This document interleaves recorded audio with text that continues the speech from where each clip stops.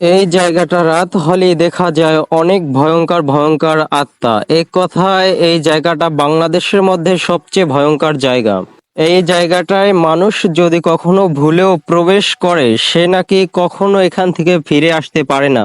এই জায়গাটায় কি এমন আছে সেটা কেউই জানে না, শুধু সাদা কাপড় দেখা যায়, সেটা কখনো মানুষ রূপে পরিণত হয়, আবার কখনো কখনো সাদা কাপড়টাই মাটিতে পড়ে থাকতে দেখা যায়। কাপড়টার ভিতরে কখনো কখনো সাদা বাতি ও নীল রঙের বাতির মতো জ্বলতে দেখা যায়। এই জায়গাটার আশেপাশের এলাকার মানুষ এই জায়গাটার আশপাশ দিয়ে যাইতেও খুবই ভয়াবহতার শিকার হন। এমনকি এই জায়গাটার ভিতরে কেউ যদি ভুলেও কখনো প্রবেশ করে সে কখনো বাড়িতে ফিরে যেতে পারে না।